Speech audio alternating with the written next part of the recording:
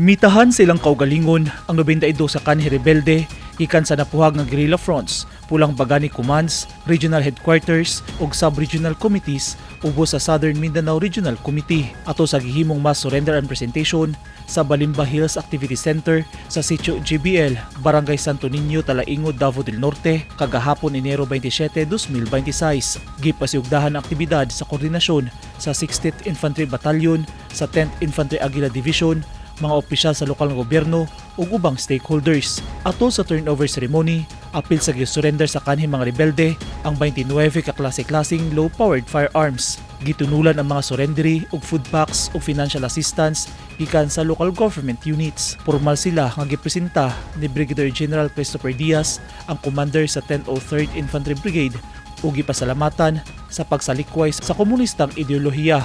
Sumala ni Major General Alvin Duzon, ang commander sa 10th Infantry Agila Division, usa ka shared commitment alang sa kalinaw ug kalambuan ang desisyon sa kanhi mga rebelde. Ang pagsurrender resulta sa padayon nga koordinasyon ug paningkamot sa 10th Infantry Agila Division, LGUs ug mga stakeholder. Nagpasabot sab kini sa padayon nga paningkamot sa Agila Division aron magpabilin ang insurgency-free sa Davao Region. Daghang opisyal sa probinsya sa Davao del Norte ang mitambong sa seremonya nga gipangunahan ni Governor Edwin Hubahib. Kahinumduman, magupat ka tuig na karong tuiga dihang gideklara ang insurgency-free sa probinsya sa Davao del Norte human ang malampusong pagdismantel sa tanang guerrilla fronts niadtong June 13, 2022.